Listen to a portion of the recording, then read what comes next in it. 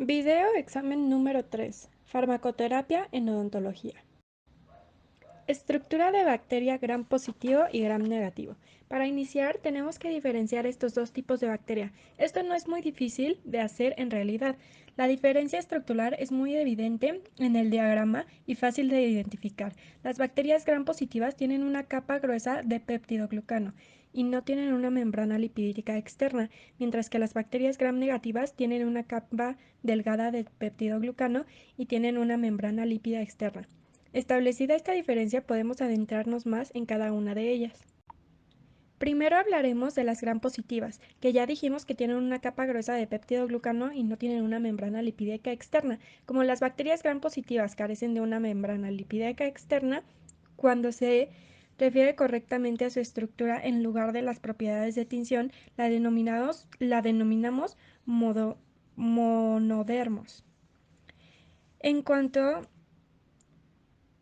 a esto de la tinción para su estado de identificación, las bacterias gram positivas tienen una apariencia púrpura distintiva cuando se observan al microscopio óptico después de la tinción de gram. Esto se debe a la retención de la tinción violeta cristal púrpura en la capa gruesa del peptidoglucano de la pared celular. Ejemplos de bacterias gram positivas incluyen todos los estafilococos, todos los estreptococos y algunas especies de listeria. Pasando a las gram negativas, que ya vimos cuáles son las características que la distinguen, cuando las sometemos a la tinción que mencioné anteriormente en las gram positivas, las gram negativas tienen un color rojizo cuando se observan en un microscopio óptico después de la tinción de gram. Esto se debe a que la estructura de su pared celular no puede retener la tinción cristal violeta, por lo que se colorea solo con la contratinción de safrina. Ejemplos de gram negativas son bacterias incluyendo esterococos, especies de salmonella y especies de pseudomonas. El grupo hemo es una forma biológica del elemento hierro. En sí, hierro con proteínas. Su síntesis no puede hacerse con muchas bacterias, por lo que es necesario conseguirlos de otros organismos. Ahora revisaremos características específicas de algunas bacterias, como lo son Staphylococcus, Streptococcus y E. coli. Primero hablaremos de estafilococos. Los estafilococos son células esféricas gram positivas, por lo general dispuestas en racimos irregulares parecidos a uvas. Se desarrollan rápidamente en muchos tipos de medios y tienen actividad metabólica. Fermentan carbohidratos y producen pigmentos que varían desde el color blanco hasta un amarillo intenso. Algunos son miembros de la microbiota normal de la piel y la mucosa del ser humano. Otros causan supuración, formación de abscesos, diversas infecciones pirógenas e incluso septación letal. Los estafilococos patógenos suelen producir hemólisis, coagular el plasma, producir diversas enzimas y toxinas extracelulares. El tipo de intoxicación alimentaria más frecuente se debe a una heterotoxina estafilocócica termoestable. Los estafilococos desarrollan con rapidez resistencia a muchos antimicrobianos y pueden plantear problemas terapéuticos difíciles. El género Staphylococcus tiene por lo menos 40 especies. Las 4 especies encontradas con mayor frecuencia y las más importantes desde el punto de vista clínico son Staphylococcus aureus, Staphylococcus epidermis, Staphylococcus lugdunensis y Staphylococcus spreticus. Staphylococcus aureus es una colagenasa positiva, lo cual distingue de otras especies. Es un patógeno importante en el ser humano. Casi todas las personas presentarán algún tipo de infección por ella durante su vida, la cual fluctúa en gravedad desde una intoxicación alimentaria o infecciones cutaneas leves hasta infecciones graves que ponen en riesgo la vida. Staphylococcus coagulasa negativos son microflora normal del humano. A veces causan infecciones, a menudo relacionadas con dispositivos implantados como prótesis articulares, derivación, catéteres intravasculares, sobre todo en los niños muy pequeños y en los pacientes inmunodeprimidos. Streptococcus. Streptococcus pertenece a la familia Streptococcae. Se trata de bacterias gram positivas anaerobias facultativas, inmóviles, con forma esférica o de cuco. Algunas especies tienen cápsula y normalmente se agrupan en forma de cadenas de 2 Diplococcus o más bacterias. Según su capacidad hemolítica, se distinguen en los siguientes tipos de estreptococos: la alfa, que produce una hemólisis incompleta y de coloración verdosa; las beta, que producen una lisis total de hemalitis; y las gamma y no hemolíticas. Su reservorio se puede encontrar en boca, piel, tracto genitourinario, intestinal, respiratorio y de humanos y animales, como lo son mamíferos bovinos, ovinos, aves, también peces, y sus hospederos son humanos y animales como mamíferos, aves y peces. Y las vías de entrada son la respiratoria para entrar, mucosa, dérmica y digestiva. La transmisión se puede producir por aerosoles, por contacto dérmico o por mucosa, y por contaminación de heridas o por lesiones de mordeduras al manipular pacientes, animales o materiales contaminados, como por ejemplo durante el manejo y la preparación de peces. Y también puede producir la transmisión por la ingestión de alimentos contaminados, principalmente lácteos y cárnicos, poco cocinados o crudos. La transmisión entre los animales y el hombre suele ser poco frecuente y de poca importancia, porque el agente patógeno en unos y otros pertenece a distintas especies o a distinta capa dentro de la misma especie. E. coli se caracteriza por ser bacilos gram negativos, no espurulantes, producción de inol a partir del triptófano, no utilización cítrica como fuente de carbono y no produce acetoína. Además, fermenta la glucosa y la lactosa como producción de gas. Como todas las gram negativas, la cubierta del E. coli consta de 3 elementos: la membrana citoplasmática, la membrana externa y, entre ambas, una especie periplasmático constituido por peptidoglucano. Esta última estructura confiere a la bacteria su forma y rigidez y le permite resistir presiones osmóticas ambientales relativamente elevadas. E. coli presenta múltiples características y factores y constituye el taxón bacteriano mejor estudiado, aunque el conocimiento de las cepas salvajes es aún parcial.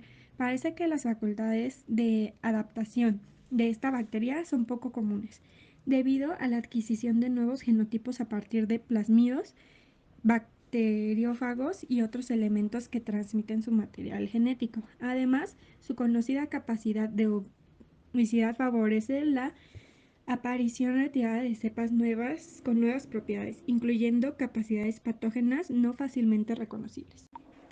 Los peptidoglucanos son componentes principales de la pared celular de las bacterias. También son conocidos como sacos mureína o simplemente mureína. Y sus características dividen a las bacterias en dos grandes grupos: las gram negativas y las gram positivas, como vimos anteriormente. Las bacterias de tipo gram negativa se distinguen porque poseen una capa de peptidoglucano entre sus membranas celulares interna y externa. Entre tanto, las bacterias gram positivas poseen también una capa de este compuesto, pero que se ubica solo en la parte externa de la membrana plasmática. La síntesis de peptidoglucano implica más de 20 reacciones diferentes que ocurren en 3 lugares distintos de la célula bacteriana. La primera parte del proceso es donde se generan los precursores del peptidoglucano, y esto ocurre en el citosol. En la cara interna de la membrana citosólica ocurre la síntesis de los intermediarios lipídicos, y la última parte, en donde ocurre la polimerización de los peptidoglucanos, ocurre en el espacio periplasmático. Ahora explicaré el proceso. Los precursores urinida N-acetilglucosamina y urinida ácido N-acetilmurámico se forma en el citoplasma a partir de la fructosa 6-fosfato y a través de las reacciones catalizadas por 3 enzimas transpéptidas que actúan de forma consecutiva. El ensamblado de las cadenas de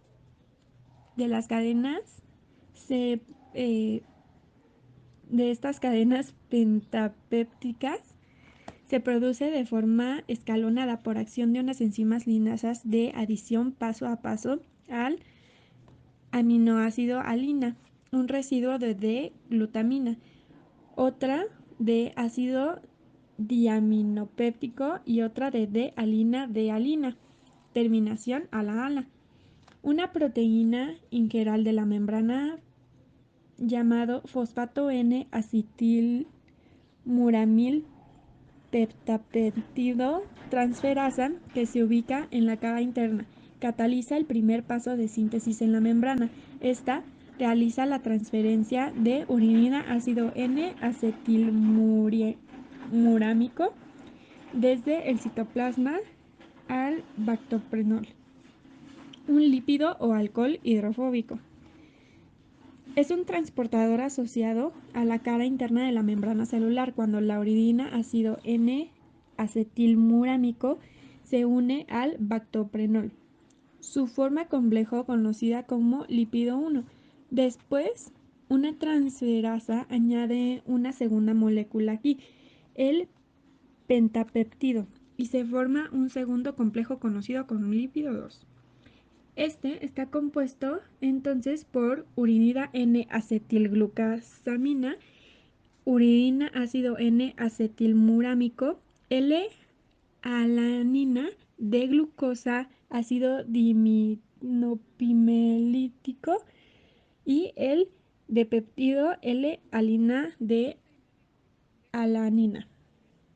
Finalmente, en esta forma son incorporados los precursores al peptidoglucano macromolecular del exterior celular. El transporte de este lípido desde la cara interna hasta la cara del citoplasma es el último paso de la síntesis y es catalizado por una enzima lipasa murámica, la cual se encarga de incorporar la molécula recién sintetizada hacia el espacio extracelular donde se cristalizará. Las PBPs, Protein Building Penicillin, son proteínas fijadoras de beta-lactámicos, los cuales se encuentran en la membrana citoplasmática de la bacteria. Es necesario recordar que la proteína de acción de los beta-lactámicos se conoce universalmente como PBP. Estos corresponden a enzimas principalmente con función transpeptidasa que participan en el cruzamiento de las hebras peptidoglucano, específicamente entre las cadenas laterales de naturaleza aminoácida que están unidas al ácido N-acetilmurámico. Con este entrecruzamiento de hebras, el peptidoglicano, la bacteria logra resistencia frente a la lílisis osmótica, mientras la lílisis osmótica. Es precisamente esta etapa de síntesis la que inhibe el beta-lactámico, la etapa extracelular, aprovechándose de su homología estructural con el substrato natural de las PBPs. El dipéptido terminal de alina, entre otras palabras, PBP, forma un complejo acetilenzima con el beta-lactámico y no con el dipéptido, su substrato natural, intermediario que, por lo demás, es sumamente estable, lo que determina una inhibición irreversible de las PBPs. La estabilidad del complejo acetilenzima entre la PBP y el antimicrobiano viene determinado molecularmente, ya que el anillo beta-lactámico ocupa el sitio activo de la enzima e impide que se acomode en esta molécula aceptándola el grupo acetil o proteína molécula de agua que permita la hidrólisis del complejo. El significado genético de la replicación es el de conservar la información genética, de manera que cuando una bacteria se divide, da lugar a una bacteria hija que contenga la misma información genética. En la curva de crecimiento de la población bacteriana se encuentran 4 fases. Fase 0. Fase de adaptación. Aquí las bacterias que inician crean un nicho y activan enzimas para lograrlo. Fase 1. En esta fase se tiene un crecimiento exponencial. 2, 4, 8, 16, 32, etc. Fase 2. Fase estacionaria. En esta fase el espacio y el alimento han disminuido ya, así que empiezan a producir toxinas para expandir la colonia y de esta forma poder protegerla. Fase 3. Si no encuentran más espacio y alimento, la población empieza a morir. Los fármacos inhiben enzimas o procesos activos de la replicación celular, por ende la mayoría de los antibióticos funcionan mucho mejor en la fase exponencial. Los antibióticos son medicamentos que combaten infecciones causadas por bacterias en los seres humanos y los animales, ya sea matando las bacterias o dificultando su crecimiento y multiplicación. Los antibióticos solo tratan ciertas infecciones causadas por bacterias, como lo son infecciones de garganta por Staphylococcus, tosferina, infección urinaria, etc. Los antibióticos son necesarios también para tratar infecciones potencialmente mortales causadas por bacterias, como la septicemia, que es la respuesta externa del cuerpo a una infección. Los antibióticos son importantes para tratar infecciones y han salvado innumerables vidas. Sin embargo, cada vez que se usan antibióticos, estos pueden tener efectos secundarios y contribuir a la resistencia a los antibióticos, una de las amenazas más urgentes para la salud del público. Pero, cuando los antibióticos son necesarios, los beneficios generalmente superan el riesgo de que provoquen efectos secundarios o de que lleven a la resistencia de este tipo de medicamentos. Sin embargo, demasiados antibióticos se recetan en forma innecesaria y se usan incorrectamente, lo cual amenaza la utilidad de estos importantes medicamentos. Este es el motivo por el cual es importante que todos usemos los antibióticos solo cuando los necesitamos, para protegernos de los daños provocados por su uso innecesario y para combatir la resistencia a los antibióticos. Ahora contaré con mucha brevedad la historia de los antibióticos. Y de manera muy parecida, el descubrimiento de los medicamentos antimicrobianos fue uno de los logros médicos más significativos del siglo XX. Existen varios tipos de antimicrobianos: medicamentos antibacterianos, antivirales, antimicóticos y antiparasitarios. Aunque los antibacterianos muchas veces se conocen por el término general de antibióticos, usaremos ese término más preciso. Por supuesto, los antimicrobianos no son capaces de curar todas las enfermedades. Cuando se usan en el momento correcto, pueden curar muchas enfermedades graves y potencialmente mortales. Con el descubrimiento de la penicilina y el comienzo de la era de los antibióticos, las propias defensas del cuerpo ganaron un poderoso aliado. En la década de 1920, el científico británico Alexander Fleming estaba trabajando en su laboratorio en el Hospital St. Mary, en Londres, cuando casi por accidente descubrió una sustancia de crecimiento natural que podía atacar a ciertas bacterias. En uno de sus experimentos, en 1928, Fleming observó que colonias de bacterias, comúnmente Staphylococcus aureus, habían sido agotadas o eliminadas por un moho que creció en el mismo plato o placa de Petri. Él determinó que el moho elaboraba una sustancia que podía disolver las bacterias. Llamó a esta sustancia penicilina, por el nombre del moho Penicillium, que la produce. Fleming y otros realizaron una serie de experimentos en las 2 décadas siguientes, usando penicilina que tomaron de los cultivos de moho, que mostraron su capacidad de destruir bacterias infecciosas. En poco tiempo, otros investigadores de Europa y Estados Unidos comenzaron a recrear el experimento de Fleming, pudiendo producir suficiente penicilina como para poblarla en animales y luego humanos.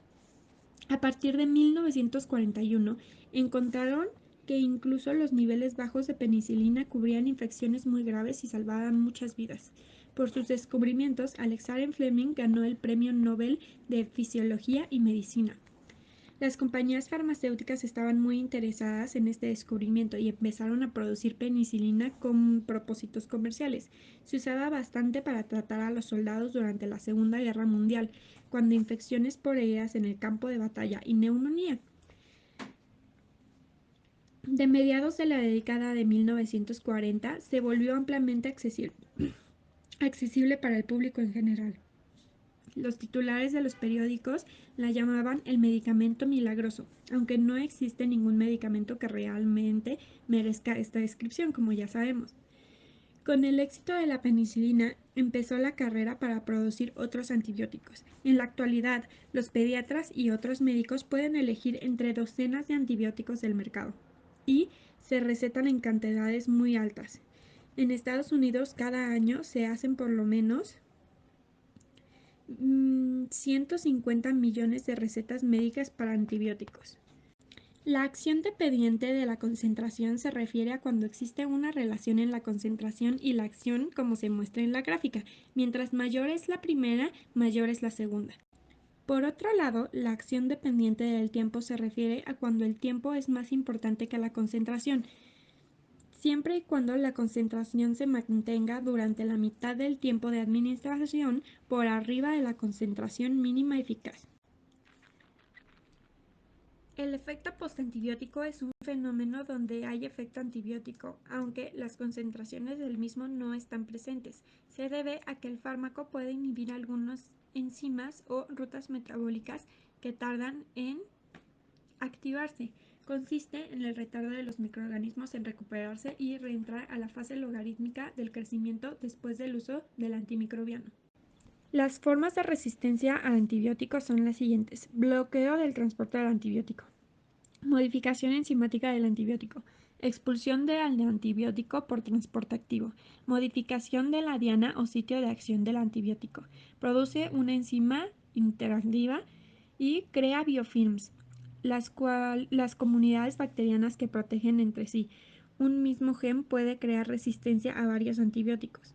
Hay resistencia cruzada en diferentes resistencias múltiples. Las formas de transferencia de resistencia. Transformación. La bacteria capta ADN exógeno desnudo y lo incorpora en su genoma a través de fenómenos de recombinación. Es un proceso que solo se da in vivo en algunas bacterias de la misma especie, por lo que se cree que el ADN debe presentar cierta homología para que ocurra el proceso. No parece tener especial relevancia a nivel clínico. Este mecanismo ha sido encontrado en algunas especies patógenas de Neisseria. Conjugación. En este mecanismo se produce una transferencia de material genético entre dos bacterias a través de dos denominadas pirisexuales, túbulos de proteínas que ponen en contacto ambas células. En las células donde se encuentran los plásmidos conjugativos se contienen secuencias que codifican los citopilisexuales. Es la principal vía de transmisión de resistencia presente en los microorganismos, ya que muchos plásmidos son además conjugativos. Este mecanismo tiene lugar en algunas bacterias gram negativo como enterobacterias, pseudomonas, entre otras. Transducción.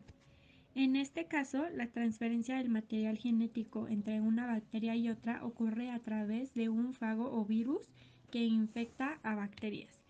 Es el mecanismo de transmisión de la resistencia en el caso de las penicilinas en algunas cepas de Staphylococcus. Dentro de la resistencia de los antibióticos existe la posibilidad de que ésta sea cruzada. De esta forma, una bacteria, siendo resistente a un determinado compuesto, podría serlo a otro de la misma o incluso de otra familia de antibióticos. El caso más común de los aminoglucósidos. Cuando un microorganismo se vuelve resistente a la gentamicina a través de una resistencia cromosomal, lo hace de igual manera frente a otros compuestos de la mnemosina. Esta resistencia se puede extender tanto a antibióticos de la misma familia como de otras familias de antibióticos. La infección odontogénica constituye la infección más común de la región cervicofacial. Este tipo de infección, como su nombre lo indica, se origina del diente y o de sus tejidos de soporte. Las principales causas de esta afección es la caries, como las enfermedades periodontales, hecho que justifica la importancia de prevenir estas enfermedades y evitar sus consecuencias.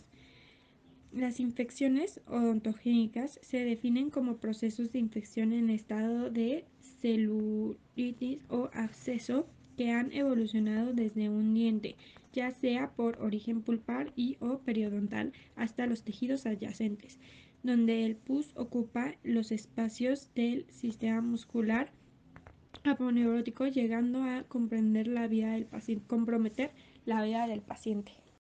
A pesar de la disponibilidad de antibióticos y de las técnicas quirúrgicas más avanzadas, existen factores que complican de sobremanera el manejo de estas patologías, como lo son el retraso en el inicio del tratamiento, la presencia de enfermedades sistémicas en el paciente y naturaleza de los microorganismos responsables, por lo cual es necesario establecer un adecuado manejo y terapéutica mediante un diagnóstico oportuno que permita la resolución del proceso infeccioso en forma rápida y eficaz. Además, el odontólogo debe estar en capacidad de limitar sus acciones de acuerdo a la magnitud de lo encontrado y, de acuerdo a esto, proceder a remisión a niveles superiores. Los factores de riesgo de una infección son el consumo de tabaco, profilaxis antibiótica por más de 48 horas, hemoglobina inferior a 0.5, glucemia mayor a 180 y hemoglobina mayor al 7%. Los signos de alarma en una infección, por otro lado, son los siguientes: rápida progresión en una infección, dificultad para respirar, dificultad para deglutir, espacios fáciles ocupados, temperatura mayor a 38.3 grados y que las defensas del huésped estén comprometidas.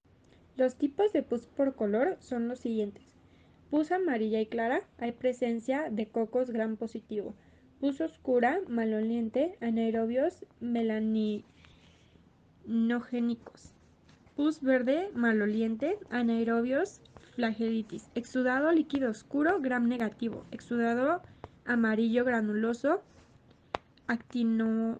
actinomices; gas con o sin pus, anaerobios y Clostridium. Existen 10 principios para mandar antibióticos. A continuación mencionaré y explicaré cada uno de ellos. El principio número 1. La cirugía o drenaje para eliminar la causa es fundamental y el uso del antibiótico es complementario en estos casos. Para ello se debe eliminar el tejido necrótico infectado, pus, cuerpo extraño. Esto se hace por desbridamiento y aplicación de antiséptico. El principio número 2 se refiere a usar antibióticos solo cuando está clínicamente indicado, por ejemplo, cuando se presenta fiebre, adenopatías o tumorificaciones con presencia de pus. Se realiza drenaje junto con los antibióticos. El tercer principio habla de usar lo más pronto posible esta terapia, esto por función de los resultados del cultivo. El cuarto de los principios, por otro lado, se refiere a siempre recurrir a medicina basada en evidencia. Este tema ya ha sido discutido en videos anteriores. Esto se debe considerar en todo tratamiento. El principio número 5, utilizar el antibiótico realmente indicado para el patógeno al que se enfrenta. Para ello, obviamente, se necesita un amplio conocimiento de este tipo de patologías y antibióticos. El número 6 habla de utilizar un antibiótico más indicado y menos tóxico para evitar perjudicar de otra manera en la salud de nuestros pacientes. Por ello, una opción muy común es la penicilina, ya que es el menos tóxico, o la eritemicina, que se usa cuando se presencia alergia en el anterior. El número 7 es solo usar combinaciones de antibióticos en casos muy específicos y solo cuando sea necesario, por ejemplo, para infecciones graves polimicrobianas y la combinación puede aumentar la toxicidad y el costo, y no usar antibióticos bactericidas con bacteriostáticos. El principio número 8 habla de que se debe minimizar la duración de la terapia con antibióticos. Antes se pensaba que los ciclos cortos podían aumentar la resistencia, pero ahora se demostró exactamente lo contrario. El número 9 habla de usar el antibiótico adecuado y más rentable. El número 10 y el último habla de usar antibióticos profilácticos solo cuando se confirme su eficacia.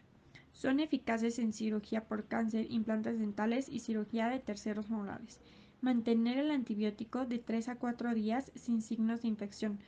Por más tiempo no existe ningún beneficio adicional. Se debe de seguir el primer, segundo y último de los principios que se mencionaron anteriormente. El número 1, acompañado de cirugía o drenaje para eliminar la causa fundamental. Y el uso de antibióticos es complementario con estos casos. Para ello se debe eliminar el tejido necrótico infectado, pus o cuerpo extraño. Esto se hace por desbridamiento y aplicación de antiséptico. Y el número 10, que habla de su uso profiláctico. Ahora explicaré cada una de las siguientes opciones de administración de antibióticos en odontología. No administrar antibiótico. Como mencioné anteriormente en los principios que se deben seguir, ellos para saber cuándo es necesario usar antibiótico, ya que su uso no indicado es perjudicial para nuestro paciente. Dosis de carga. La dosis de carga es la cantidad del fármaco necesario para alcanzar en forma rápida la concentración deseada dentro del rango terapéutico y solo se usa en casos específicos después de algunos tratamientos, solo de manera preventiva cuando éste cumplió con ciertos requisitos. Ciclo corto. Es como se menciona en el principio número 8. Habla de que se debe de minimizar la duración de la terapia con antibióticos. Antes se pensaba que el ciclo corto podía aumentar la resistencia, pero ahora se ha demostrado que es exactamente lo contrario. Ciclo largo. Se usan ciclo estándar de antibióticos de 7 a 10 días para eliminar la infección. Esto obviamente en casos donde el ciclo corto no puede funcionar. La dosis profiláctica se explica en el principio número 10. Ahora hablaré de la estructura de las penicilinas. Las penicilinas tienen una estructura peculiar que les confiere una actividad característica contra un grupo determinado de bacterias. Poseen como núcleo químico un anillo 6-amino penicilánico. Su estructura comprende un anillo betalactámico unido a un anillo trisolidínico. El primero es responsable de la inhibición de la síntesis de la pared celular de las bacterias. El segundo protege el anillo betalactámico. Sus modificaciones pueden dar lugar a cambios en las propiedades antibacterianas. La determinación de las estructuras químicas permite el desarrollo de las penicilinas sintéticas, menos costosas de producir que la natural. Además, se posibilitó la modificación química que aportaba otras características a los antibióticos en su lucha contra bacterias o hongos completos. Actualmente existen múltiples derivados sintéticos de la penicilina que se administran por vía oral. La amoxicilina, por ejemplo, es el antibiótico más usado en el mundo, tanto para humanos como para animales. Debido al abuso en su consumo, existe un alto porcentaje de resistencia bacteriana frente a las penicilinas y ha llevado a la inferencia de los betalactámicos en algunas infecciones graves. El anillo betalactámico forma parte de la estructura de varias familias de antibióticos. Consiste en un anillo heterocíclico de 4 átomos, 3 de carbono y 1 de nitrógeno, y sigue la naturaleza de los radicales de diferencia las distintas moléculas, siendo las cadenas laterales complementarias las más relacionadas con su actividad antimicrobiana, farmacocinética y toxicidad. Todas las penicilinas comparten esta estructura química, con un anillo de tiazolidina unido a un anillo betalactámico.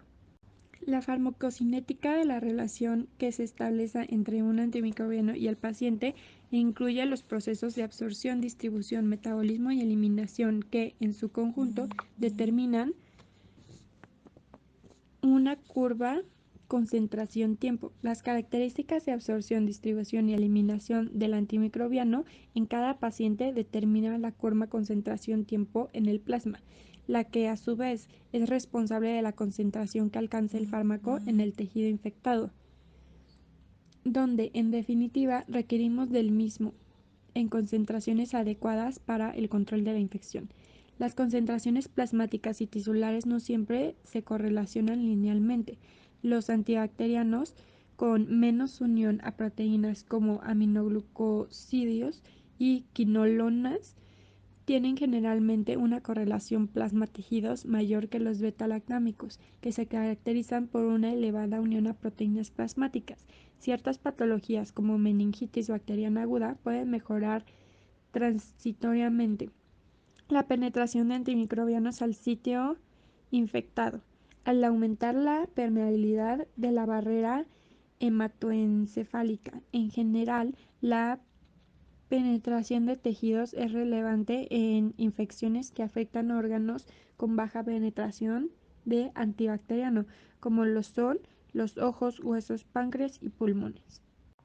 Las bacterias poseen varias PPP cuyas funciones difieren unas de otras. Por esta razón, las consecuencias de su bloqueo también son distintas. Las PPP1A y PPP1B actúan como transpeptídicas causantes de la elongación y su bloqueo provoca la formación de esferoplastos que rápidamente se lisan, y PBP2 determina la formación bacteriana y su inhibición da lugar a formas ovoides que lisinan fácilmente. La PBTP3 interviene en la división bacteriana y su bloqueo provoca la aparición de formas filamentosas sin septos.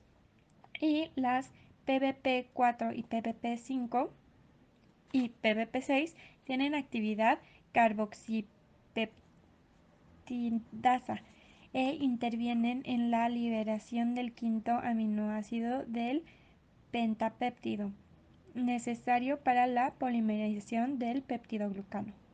Los betalactámicos son los antimicrobianos más prescritos, tanto en la atención primaria como en los hospitales, a pesar de que no se dispone de ningún betalactámico realmente nuevo desde hace más de 2 décadas.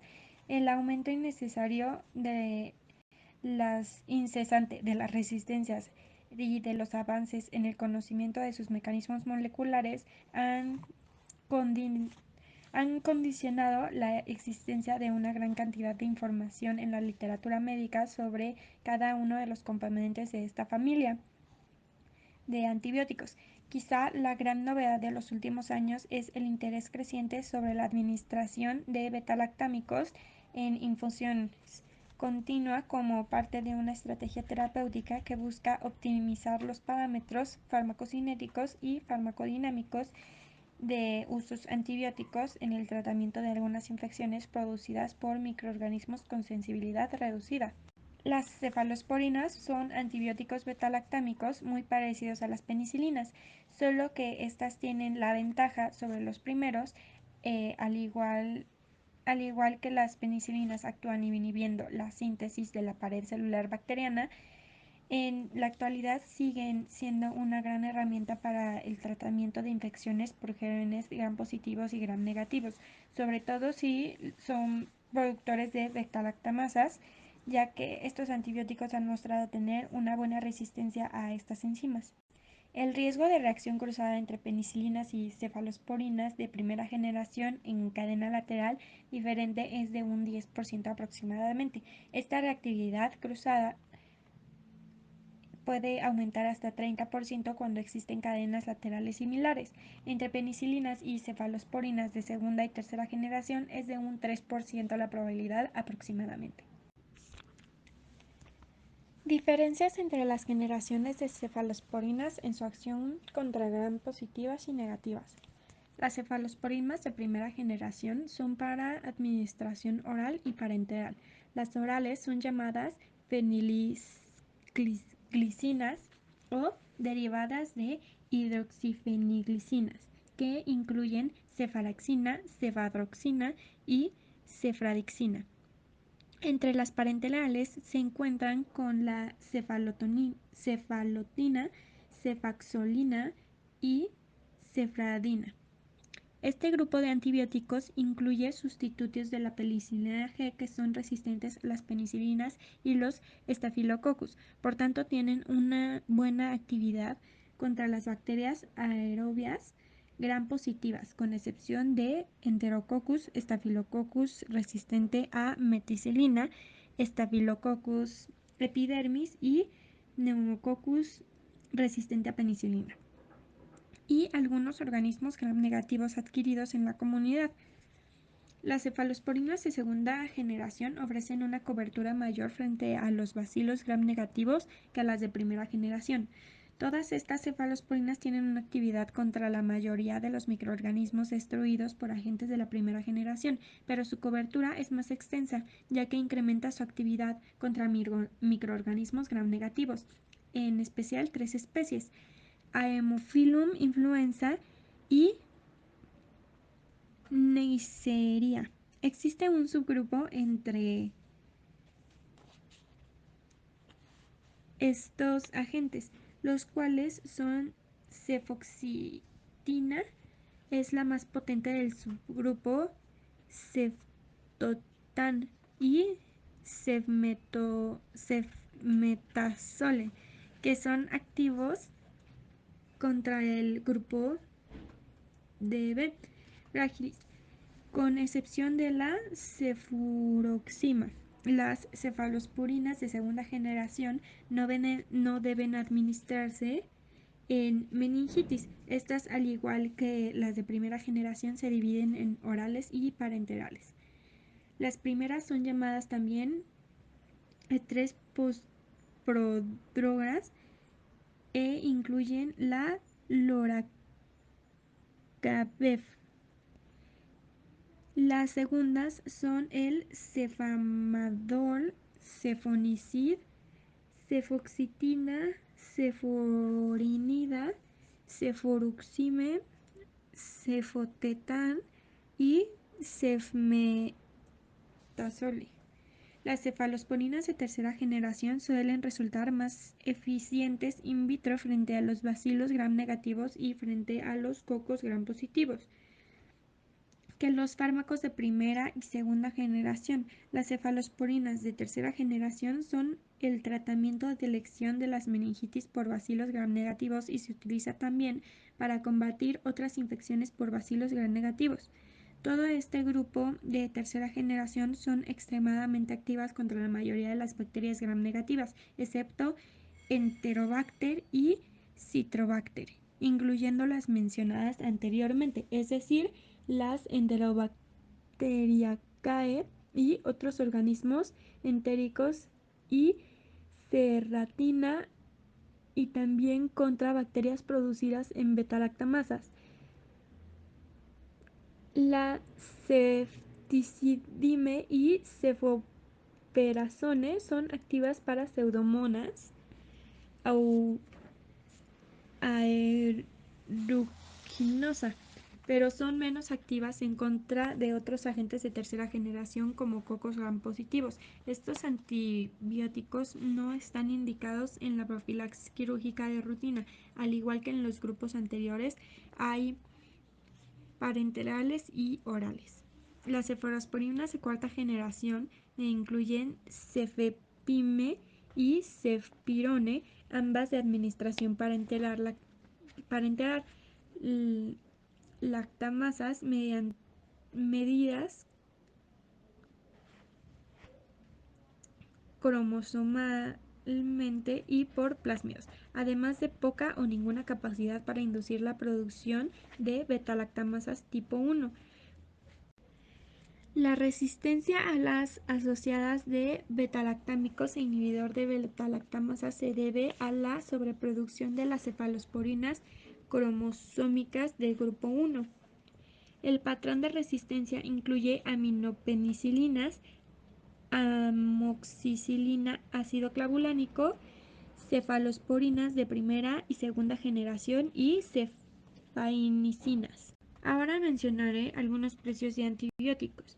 Amoxiclav, que es amoxicilina con ácido clavulánico, cuesta 411 pesos con un frasco de 15 tabletas de 500 miligramos sobre 125 miligramos.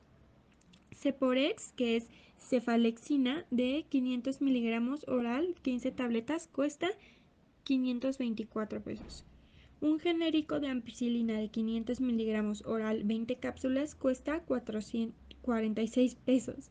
Un genérico de cefacrol 375 miligramos oral, 50 mililitros de suspensión, cuesta 161 pesos. Y la vibramidicina, que es doxicilina, 50 miligramos oral, 28 cápsulas, cuesta 581 pesos.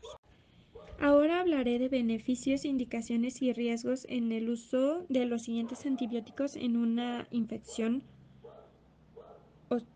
ostógena. La penicilina benzatínica pura y mezclada de cantidades iguales están indicadas para el tratamiento de las infecciones de las vías respiratorias superiores y las infecciones de la piel y tejidos blandos causados por estreptococos sensibles. La amoxicilina, antibiótico de amplio espectro, posee mayor absorción que la ampicilina y el doble del nivel circulante y mayor vida media. Por ello, se usa cada 8 horas e incluso se puede aumentar la dosis y usarla 2 veces al día. Con ello, los gérmenes que tienen cierta resistencia, neumococos por ejemplo, responden adecuadamente. La dicloxicilina es un antibiótico beta-lactámico perteneciente al grupo de las penicilinas y resistente a las penicilinas, que son enzimas que producen ciertos microorganismos capaces de hidrolizar e inactivar la penicilina.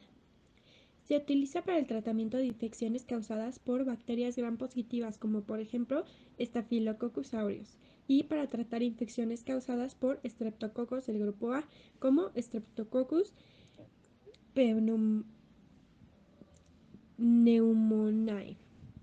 Está indicada en el tratamiento de las siguientes infecciones debidas a microorganismos sensibles: infecciones del aparato respiratorio inferior, exacerbación bacteriana de la bronquitis crónica y neumonía, infecciones del aparato urinario, pielonefritis, infecciones de la piel y tejidos blandos, infecciones del tracto biliar, infecciones osteoarticulares, septicemia, endocarditis, contraindicaciones, hipersensibilidad al principio activo, cefalosporinas, infecciones con otros medicamentos y otras formas de interacción es la cefazolina.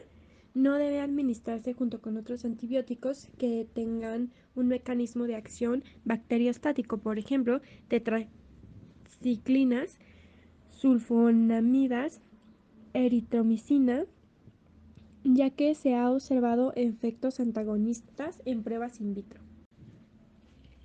Ceftriaxona es un antibiótico bactericida de acción prolongada para uso parenteral y que posee un amplio espectro de actividad contra organismos gram positivos y negativos. Inhibe la síntesis de la pared celular bacteriana de forma similar como lo hace una penicilina y sus derivados. Se absorbe al 100% después de su administración intramuscular.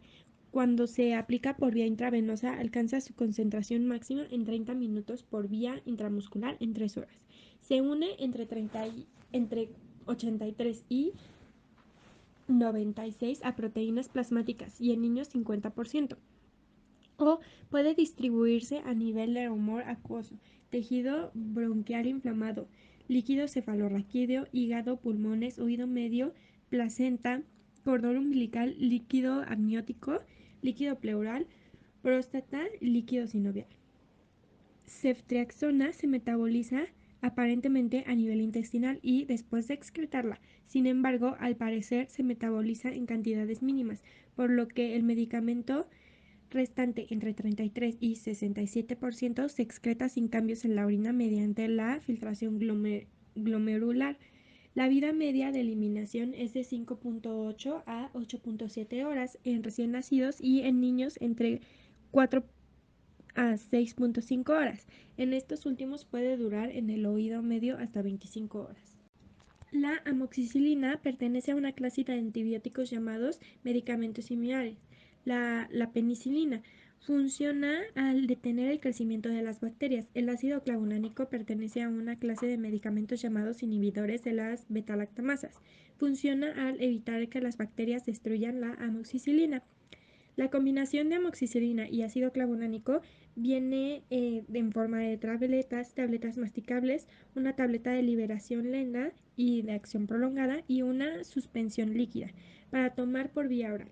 Las tabletas masticables y suspensión se toman generalmente al comienzo de una comida cada 8 horas, 3 veces al día o cada 12 horas, 2 veces al día. Las tabletas de liberación lenta se toman generalmente en comidas o bocadillos cada 12 horas, 2 veces al día.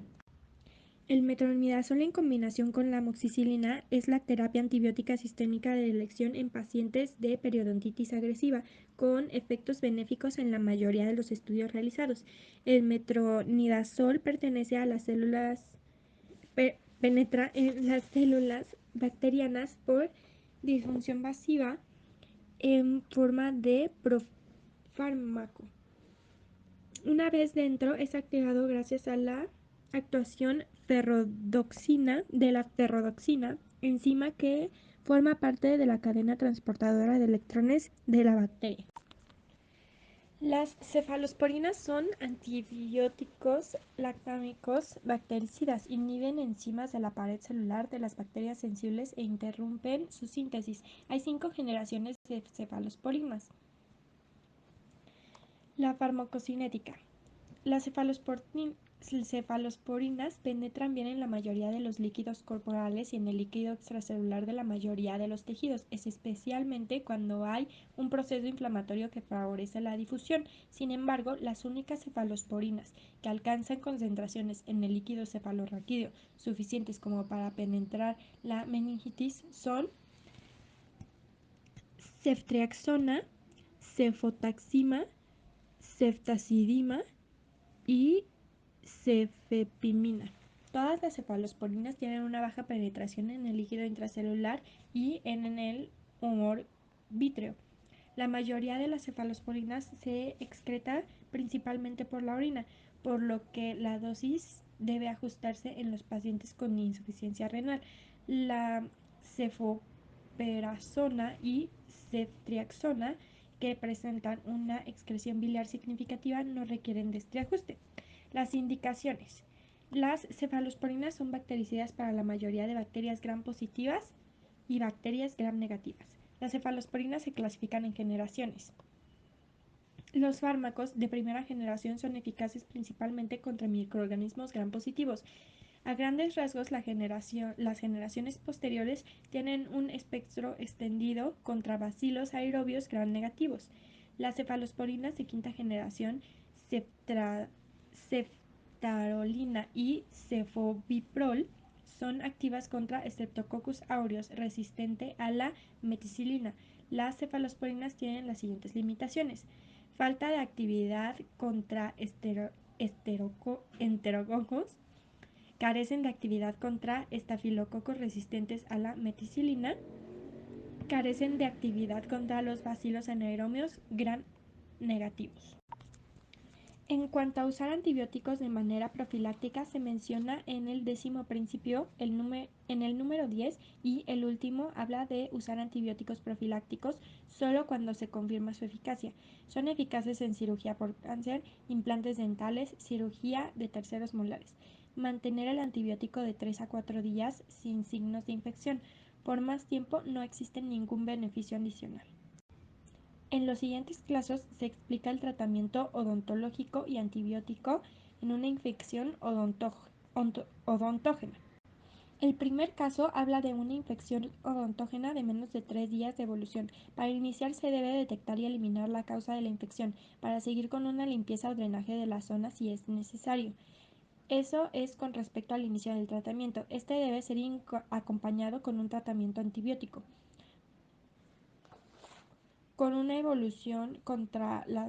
esta evolución contra las bacterias presentes en esta infección sería del tipo gram positiva. Yo recomendaría que, si el paciente no tiene antecedentes de alergia para ello, un ciclo corto de tratamiento de antibióticos, para ser exacta, amoxicilina en cápsulas de 50 miligramos cada 8 horas durante 3 días.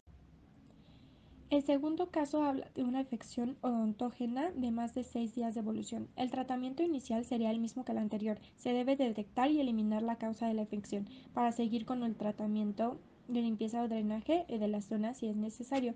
Para este punto de la evolución de la infección se presentan bacterias tipo gram positivas y negativas, y a causa de esta extensión de tiempo se debe ser más cuidadoso con el diagnóstico y métodos para el mismo de la infección. Después de ello y su tratamiento para eliminar la fuente, la terapia farmacológica que yo recomendaría sería, a comparación del caso anterior, un ciclo largo de antibióticos, amoxicilina con ácido clavulánico cada 12 horas durante 5 días. Posteriormente, una cita para ver cómo ha evolucionado el paciente, para saber si es necesario extender la duración de la terapia farmacológica. El tercer caso habla de una infección en un niño de 6 años en las variables 1 y 2, o sea, con evolución de 3 días y una con 6 días. Para ambas se sigue el mismo procedimiento: detectar y eliminar la causa de la infección para seguir con una limpieza o drenaje de la zona. Este tratamiento local consiste siempre en la apertura cameral del diente causal con o sin desbridamiento de los conductos, con la finalidad de descomprimir la zona afectada. Algunas veces debe complementarse con el drenaje por vía mucosa, si existe una franca conexión por el proceso supurativo que permite establecerlo. Se realiza por incisión o por necrosis ácida de la mucosa de la zona de mayor declive con ácido tricloracético. Muchas veces en infecciones odontogénicas, por ejemplo, un acceso limitado a la pieza dental causal, la maniobra local es suficiente. En cambio, si el absceso es más difuso, o sea, abarca piezas vecinas, ocupa el fondo del surco, difunde a otras regiones faciales o hay toque general de pacientes, el tratamiento local debe completarse con antibioticoterapia para limitar la difusión del proceso infeccioso. Para la variable 1 recomendaría el tratamiento antibiótico, que consiste en amoxicilina de 20 a 50 miligramos por kilogramo por día, dividido en 3 tomas cada 8 horas. Durante 3 días. Y para la variable 2, amoxicilina con ácido clavulánico, con la misma cantidad de días, y agendaría una cita de seguimiento para reevaluar la infección y saber si es necesario alargar la terapia farmacológica. En el cuarto caso hablaré de la infección en adulto sano de 40 años con variable 1 y 2, o sea, con evolución de 3 días y de 6 días.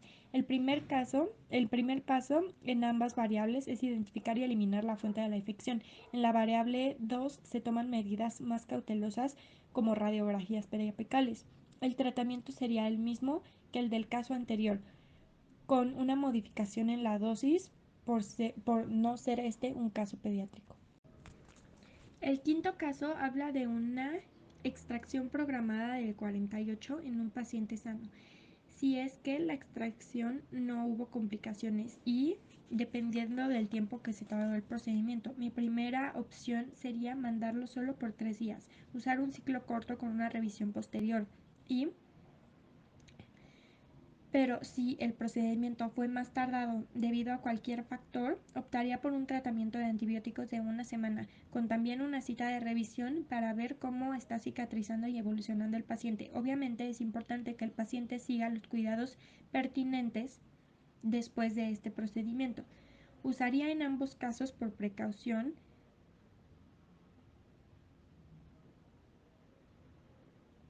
que es un tercer molar, un antibiótico de amplio espectro, aunque sí procuraría que el tratamiento fuera de corta duración, por lo que será necesario la cooperación del paciente, y usaría clindamicina de 300 miligramos cada 12 horas.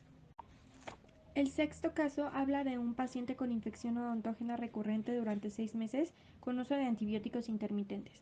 Puede que tenga resistencia bacteriana, por lo que necesita un tratamiento más agresivo y un ciclo más largo. El paciente probablemente ya generó resistencia debido a los tratamientos previos. En este caso, el tratamiento de la infección, para ser específica, la limpieza y drenaje, probablemente deba ser periódica y no solo deba de ser drenada una vez, por lo que será necesario, además de una paralela terapia farmacológica, hacer citas periódicas, tal vez durante un mes, para poder controlar y deshacernos de la infección. Y después de que este periodo de tiempo deberá de ser reevaluado para saber qué tan necesario es seguir con citas consecuentes, aunque probablemente pueden ser más distanciadas entre ellas, como cada mes o cada 3 semanas. hasta que nuestro paciente esté completamente curado, para evitar así que vuelva a aparecer la infección posteriormente, e ir viendo cómo evoluciona la infección con el tratamiento. Como fármaco recetaría ceftriaxona, un antibiótico fuerte en solución inyectable. Pediría que sea administrado durante 10 días. Eso, con las revisiones periódicas, debería ser suficiente para poder controlar y curar poco a poco la infección de nuestro paciente. A medida de que el tratamiento avance, será necesario reevaluar constantemente si esta terapia está funcionando, sino para tomar medidas más serias y agresivas. Para el artículo de este video lo saqué de la revista Science. Este artículo se titula Books for Young Scientists and Engineers, lo que se traduce en libros para jóvenes científicos e ingenieros. En este artículo se menciona y se hacen reseñas de muchos libros infantiles y juveniles de divulgación y cultura e interés científico, lo que en lo personal me llama mucho la atención y despierta con facilidad mi interés. Pero para poder tener una visión más específica, elegí 2 libros diferentes entre sí para mencionarlos con un poco más de profundidad. El primer libro que elegí se titula The How and Wow of the Human Body, lo que se traduciría algo parecido a El cómo y el wow del cuerpo humano. Lleno de ilustraciones vibrantes, entrevistas con órganos y respuestas a las preguntas tan raras como cuántas bañeras puede llenar una persona con saliva en un año, The How and Wow of the Human Body lleva a los lectores a un viaje a través de diversos órganos. Aunque no es una descripción completa del organismo, logra que lo que se propone hacer, inspirar curiosidad e imaginación sobre la forma en la que funcionan nuestros cuerpos. Lo que le falta en profundidad ciertamente lo compensa con humor y su oferta en diagramas de flujo útiles y recursos gráficos llamativos para los más jóvenes. El segundo libro se titula A Shot in the Arm, lo que se podría traducir como una vacuna en el brazo. El libro relata los esfuerzos para comprender y combatir las enfermedades como la viruela, la rabia, el anthrax y el cólera y la poliomielitis. Esto de una manera accesible e inspiradora. El autor también hace un excelente trabajo al describir las respuestas sociales y políticas a la vacunación, con especial atención a los movimientos antivacunas. Brown termina su relato con una descripción oportuna y atractiva de la pandemia de COVID-19 y el esfuerzo global para desarrollar vacunas rápidamente.